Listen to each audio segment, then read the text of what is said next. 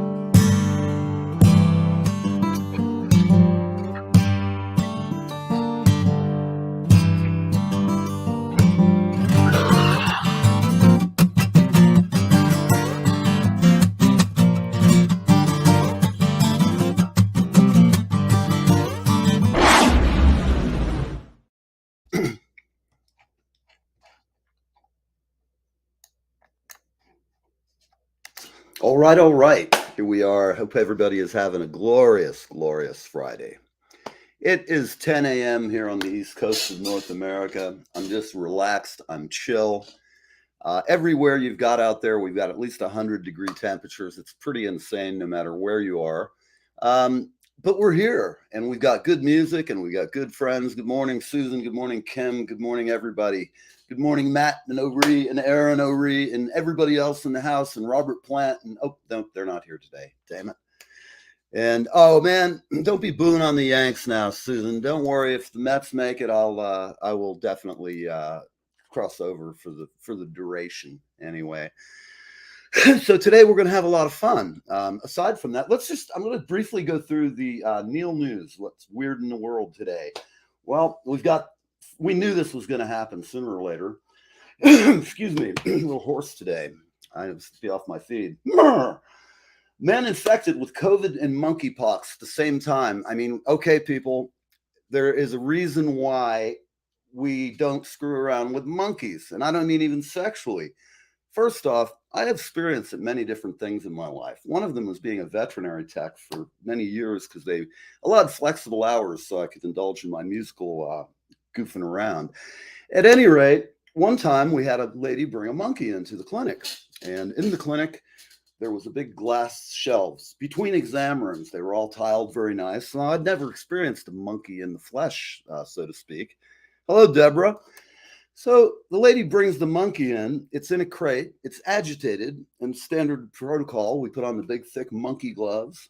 And I'm what you call the anesthetic. I have to catch this monkey so we can do some various functions on him. Well, it got away.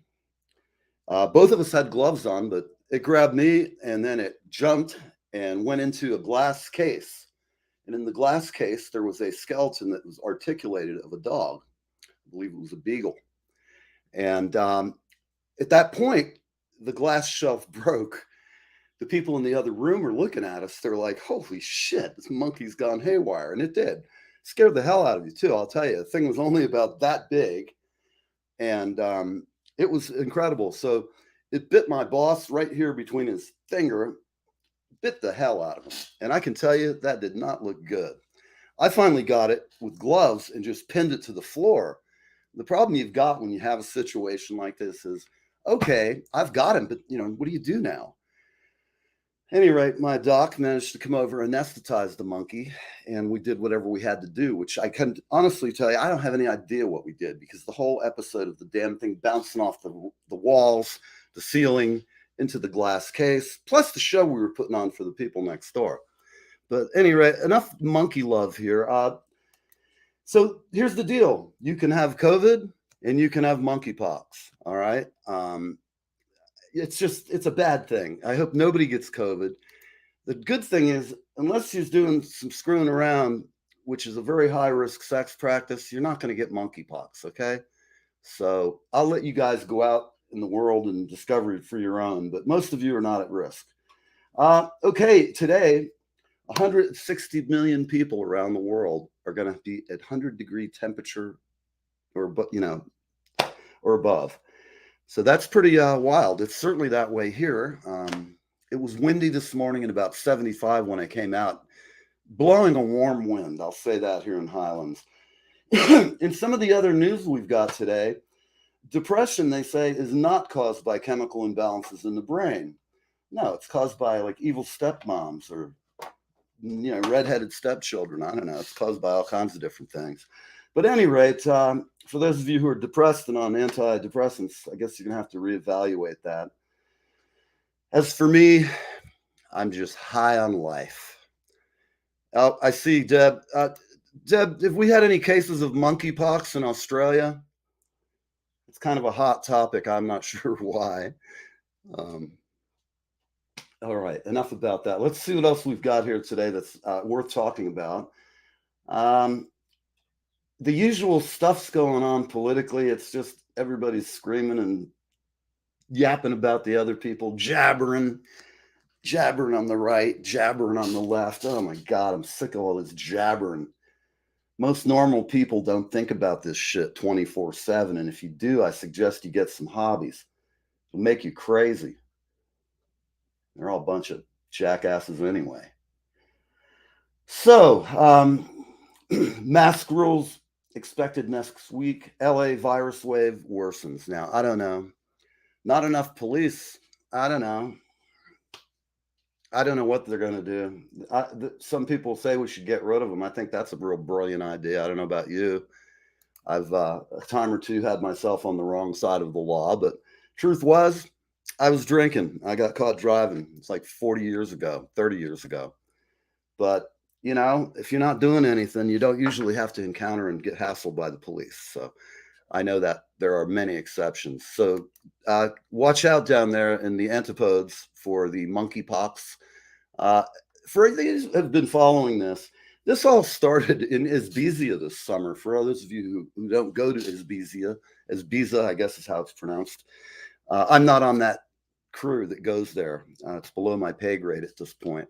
But every year there's this great spring blast of English folks and Italians, and everybody ends up in Isbizia. Everybody ends up blasted on whatever your blast of choice is. And they party, and there's a lot of sex, and everybody, it's sort of like Vegas, except what you got and happened in Vegas doesn't stay in Isbizia. No. A lot of these people came home from this huge sex party and dance hall fucking freak show, and they brought the monkeypox to England. And out of 198 cases, 196 of them, I believe, in the initial blast, all had indulged in very, very high risk sex. And so, just know who you're playing around with and get a health card. I don't know. Here, honey, can I break out? I'm going to just quickly swab your mouth. Take out the Petri dish. There we go. We take a drumstick to stir it up. Here we go. And voila, you got all kinds of good shit going on. All right. Well, I think we've had enough monkeypox. As far as other news, there's really not much news of anything. They are saying insects are the superfood of the future. Yes, Susan, I think it's a good idea to keep the monkey tested for sure. There's also some imbecile here says that Russia's on the brink of a civil war. You know what? If tomorrow the aliens fly in and park their ass right here on the bridge in Highlands, nothing will freak me out after COVID and monkeypox and war going crazy everywhere. Shit, man. Chinese have that saying that you live in interesting times. Well, this is like more than interesting. This is like as if we didn't have enough existential stress and fear and dread. All of a sudden now you got monkeypox. There's news here that the cows are all dying somewhere. We've got a Trump-Pence proxy battle on stage in Arizona. You know what? Just give them a pair of gloves. Let them go out there and duke it out. I'm just getting tired of some of this crap that's going on. Oh, right. So, I don't know. That's about it. We've got no really good news. So I'm just going to cut to a break. And it's a little early, but we're going to go ahead and bring Matt and Eryn on because I'd rather listen to them talk than me. So here we are. Let's change the pace now. Yes. And what's this? Trump didn't go to his first wife's funeral. I swear I saw him on the news out there milling around somewhere in front of someplace in New York. But I don't know. I don't really care. It's a bummer. Ivana seems like a nice lady. I don't know, whatever. It's that, again, that whole political thing it basically just annoys the shit out of me. It makes idiots out of really good people on both sides frequently. And I just don't abide that kind of nonsense very well. I don't choose my friends. I choose them for much more serious reasons than who they particularly pull a lever for. And I know some people get so worked up. So please, if you want, send me hate mail. It might make you feel better. Susan, I can't post that. I'm sorry, honey. I know you feel like you do, and that's okay. See, is it illegal when you're around people who are doing politics? And if you're in a room with them and somebody gets particularly, I don't know what you'd call it, boisterous and annoying, like a Jehovah's Witness at a Christmas party, you know? If that happens, would it be bad if I just took a vial and sort of went 10 milligrams? Some people just don't know when to quit, and I'm one of them. So that's why I don't talk politics. I just make fun of them.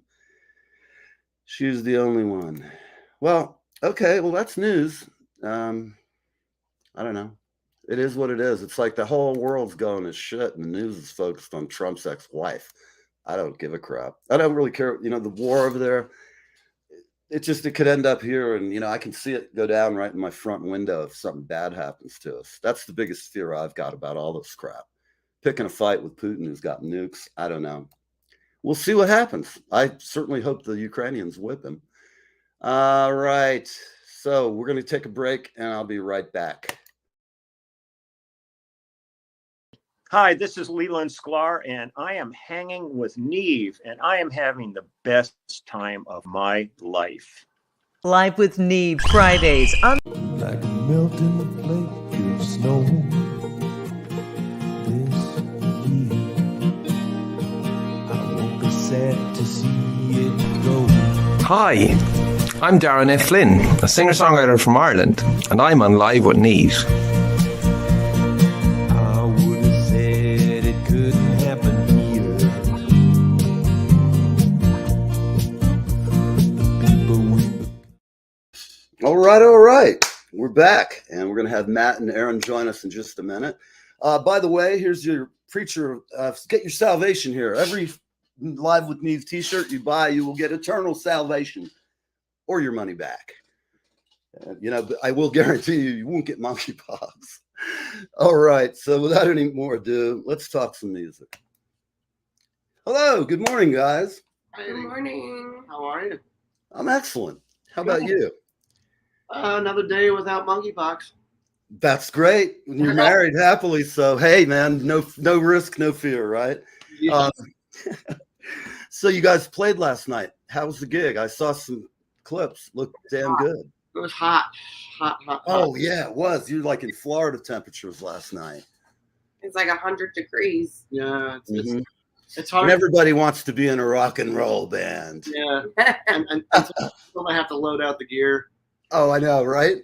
And now that you're such a big famous rock star, right? And you still putting an amp out like everybody I know. Still throwing your stuff in a minivan. People, don't let your kids go up to be rockers. And if you're gonna, back them 100%. I don't know, how were your parents really supportive of you when you were growing up? Yeah, at first it was like, oh boy, you know, and then, but you know, as they realized that that's all I wanted to do, they were supportive. That's But, excellent. You know, I know, but my mom was always, you got to have a backup plan, you know, and Sure. But then I'm like, if I have a backup plan, isn't that me already giving up? Yes. Kind of, right? That settling thing. I don't know. Yeah, but you know, here we are. So, for people who don't know, how long ago did you start playing? I know you've been teaching for a long time. Just give a little background. Yeah, I started playing when I was 9, but it didn't really take for too long, and I didn't really become serious till I was 13, which seems to be like that magical age of like, you know, I mean, I guess times have changed now, but looking back on the 80s of being 13, you know, there was much more innocence for sure. And Oh, it was, yes. it was, in my opinion, a better time to be a kid. But that, for some reason, that 13-year, you know, I've had some great students about that same age that start, and I could see them getting bit by the same bug. Mhm. You know, a 13 just seems like a really great age to I think it must feel really good when you're teaching and you see somebody like, I know it's like looking at a litter of puppies. You'll have 4 or 5 of them and be a couple of dumb ones, and then there's one really great one, and there's a couple that are kind of could be great. They just need to work at it. That's It's really definitely satisfying. So, Eryn, let me ask you, how did you get started in this whole rock and roll adventure? I was kind of born into singing, and my family's all musicians. So I just always sang, grew up singing. Mm-hmm. And yeah. Were you encouraged? Was I encouraged? Oh my goodness. Yeah. It was overly encouraged by my family. Okay. They saw that I loved doing it, and then it was like all they could do. My aunt started taking me out to karaoke at bars when I was like 11 years old. Oh, no kidding. You That's know? great. It's just like down the hill. You know?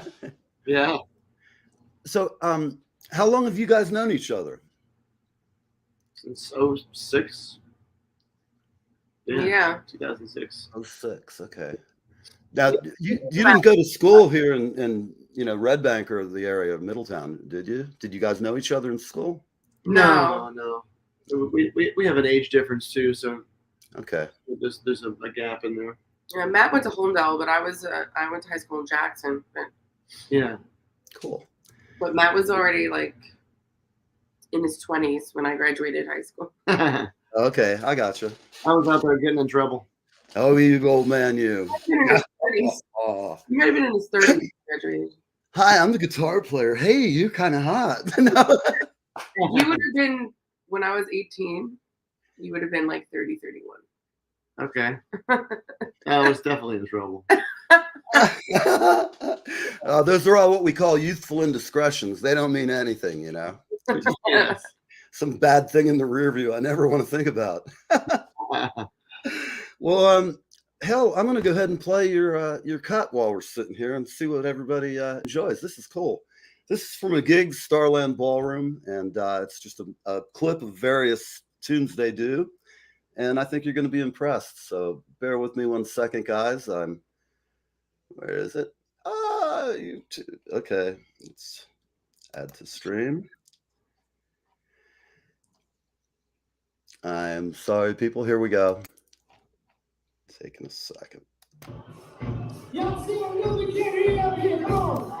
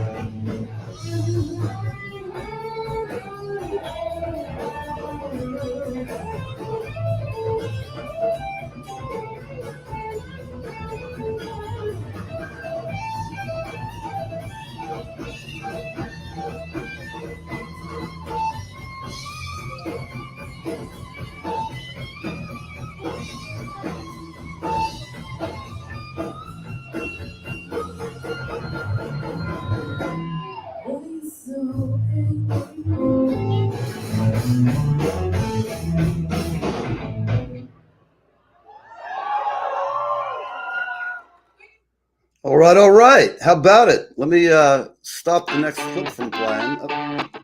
Oh, I guess we're gonna have to let it roll. What the hell?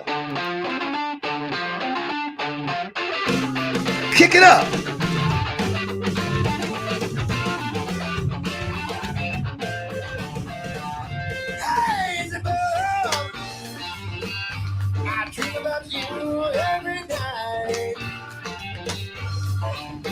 You know we got this for.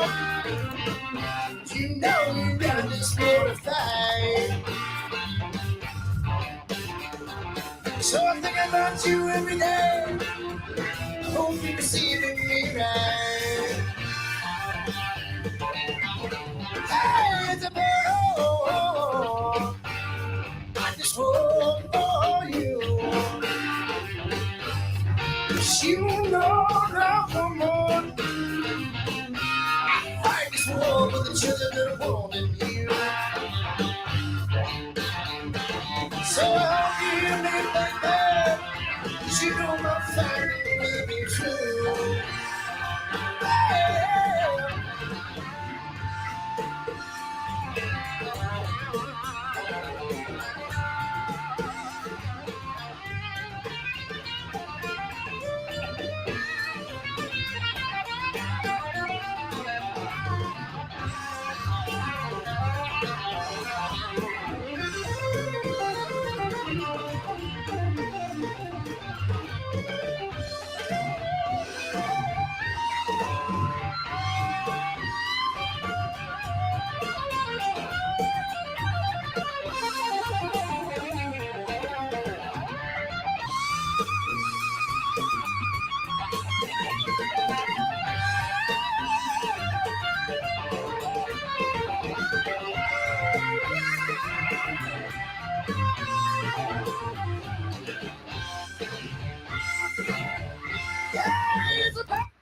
All right, all right.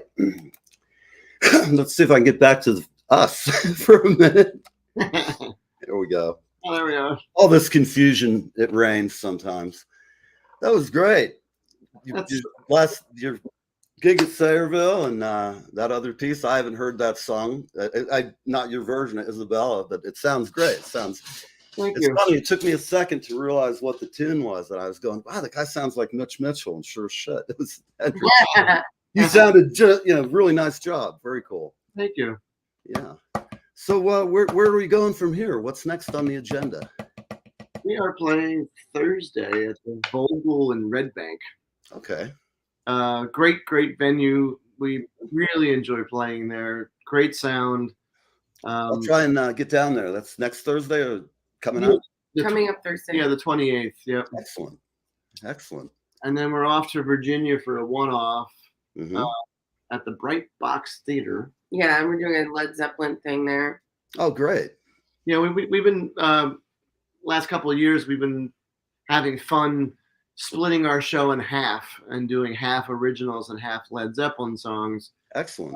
Which helps to get people in the door too, because if they don't know us, or never the Led Zeppelin thing will hopefully entice them to buy a ticket and come through the door. I would think so.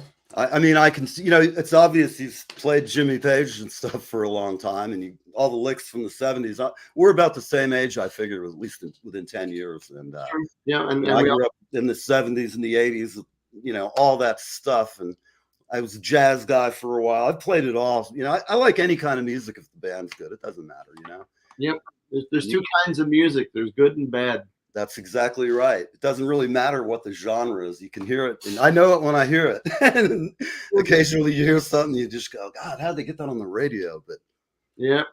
Oh, I don't want to end up one of those old guys who sits around and they go, oh, the kids, all their music sucks. I'm not listening to this shit, Because when I was a 17-year-old kid and had the world was my oyster, I had big dreams, and even though I haven't got I don't have Robert Plant's Ferraris laying around or anything, but I've had a great life, Sure. And you get to travel, you get to meet all kinds of cool people. And I don't know, I find it's kind of it's a calling, as they say.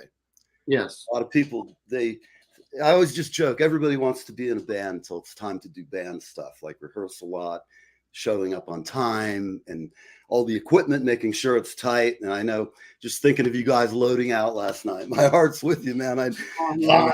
I mean, in Florida, when I was in the Shake Society, we played out in the summer all the time. And some of those gigs, I just wanted to die. Or actually, a few of them I felt like I was about to, because it was just so hot. Sure.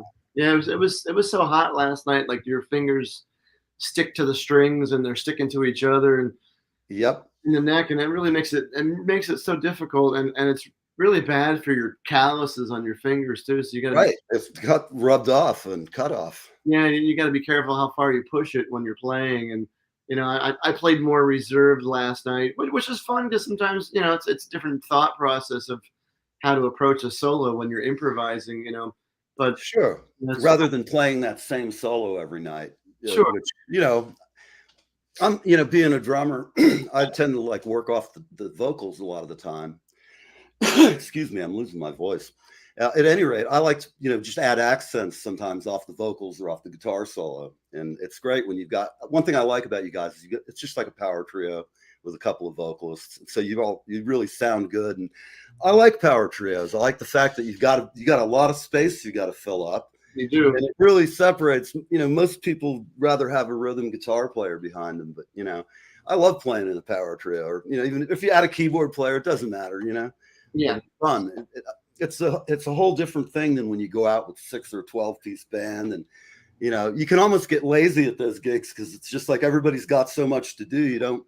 You just don't have to work as hard as I think in a 3-piece. You got to be constantly kicking ass. Yeah, absolutely. It's a whole different thing. Well, it's really great. I'm thrilled that you came on again, and No problem. tell us a little bit about your new single before we go. Sure, absolutely.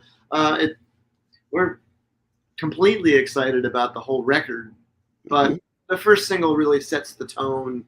We feel as a record that we set out to finally make the record that we've always wanted. Excellent. And it was most of it was cut live. All the instrumentation was played at the same time. Excellent. It wasn't overly thought out and let's try to punch this and get this and orchestrate that. I like the fact that you did that because there's a lot of cohesion in a mix. Even sometimes that little bit of bass leakage into the drum track can. Yep. I've sat and spent hours trying to figure out where's that coming from, but it's kind of cool when you have that piece thing and doing it all live. It's always much more. It's just more alive. I don't know how to put it. It's got more soul and groove. It is. And once you have all that complete isolation and separation, I think it detracts from it because like the records we grew up listening to, the stuff that we love the most, none of it was done like that. No. And there was bleed through on everything, but that also adds to the ambiance of the overall mix too, and right.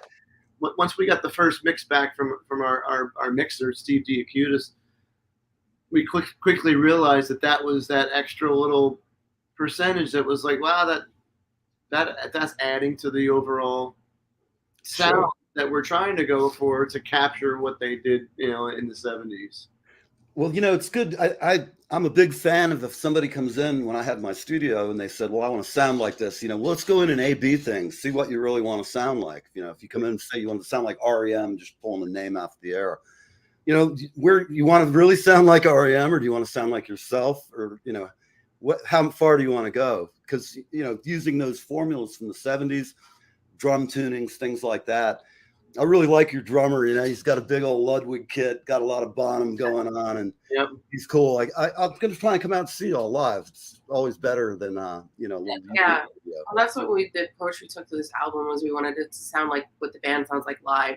Yeah. So we didn't overdub a lot of stuff. We much at all. Even we didn't double any of the backup vocals. Everything is like one background track per person. Like we can replicate all of it live. Instead of all the stacks, right? That's cool. I think it saves you a little money too. I mean, we used to work quicker. That form of recording back in the 70s, when you go in there and bang out, a record a day, 2 records a day sometimes. And sure, it's just obvious. It depends on how well the band is rehearsed. And I mean, since we all grew up on that it made the most sense for us to do that. But do you think what do you think is going to be coming down the road rock and roll wise? I see some great young rock and roll bands out there, but do you think it's going to all end up in the sequence blend of R&B? Like, I don't particularly. I hope not. I don't think so. The fact that they call that R&B bothers me right out of the gate because that's not rhythm and blues. I mean, there's so much of it that's crap. There's some good stuff, but there's a lot of crap out there. And when I had the studio, I had a couple of bands that came through and they were just awful. But it kind of changed my mind a little bit about some of the gangster rap, because they had a couple of tunes that I've just found it fascinating, the rhythmic subdivisions of their vocals when they did it. Sure. If somebody's really good at it, it's pretty impressive. But most of the guys I'd have come to the studio, I'd be like, sorry, dude, you're not Dr. Dre, and I'm not Robert Plant, and I'm not, Jimmy Page producing your album. I don't know what, I'd give them my best shot, but you could just hear, like you can always tell if a band's honest with themselves when they listen to their first playbacks. Most of us listen to it and go, okay, fourth verse, and I goofed here. I think my timing, let's run it back and listen. But I don't know. You guys probably have been playing together so much that I'm thinking when you go in the studio, like with this project, did you just walk in and just kind of bang through them easily? I mean, we ran every song 6, 7, 8 times, and then Not that much. maybe somewhere 5. More like 3 depends, or 4. Right. And then it was usually the last take was like, yeah, that's the one, Mm-hmm. So we again, the older school approach. Yeah, we recorded it all in 2 days. Okay. Yeah. That's great. I love that. It's far better than having, I think of the Fleetwood Mac album, Tusk. $10 million. Wow. An incredible amount of money. That was almost real money back in those days. And they spent that on that one song, Tusk, out of a budget that was something like 20 million. And I always go, God, what could you do with $20 million in a studio? I could make records for the rest of my life with that budget. Yeah, for sure. Yeah, it's crazy. There was a lot of blow involved, I'm told. So who knows? That was before all the combat accountants came in and everything was all barcoded, and you're not getting away with shit nowadays. Put it on your own tab, buddy. Yeah. Well, thanks a lot for being on, guys. No problem. Hope to see you next week. And if you got anything coming up, just let us know. We'd love to have you back. Absolutely. All right. Well, everybody, we're going to go to a break. Matt and Eryn, you have a great day, and I'm going to vlog us right on out of here. Okay.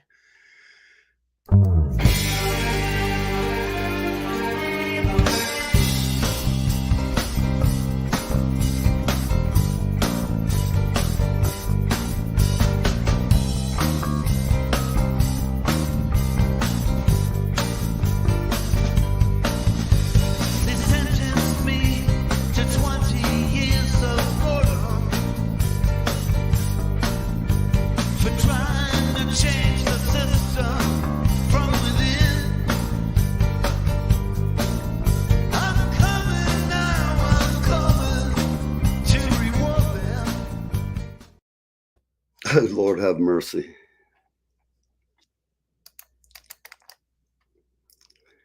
Oh boy, we're missing an action here. Everybody's gone. Bear with me.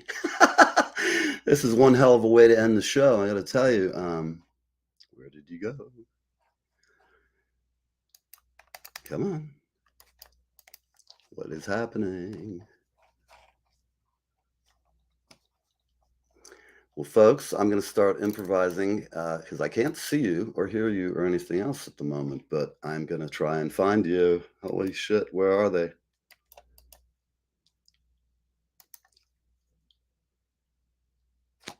Bye-bye, peoples. Sorry to end it this way.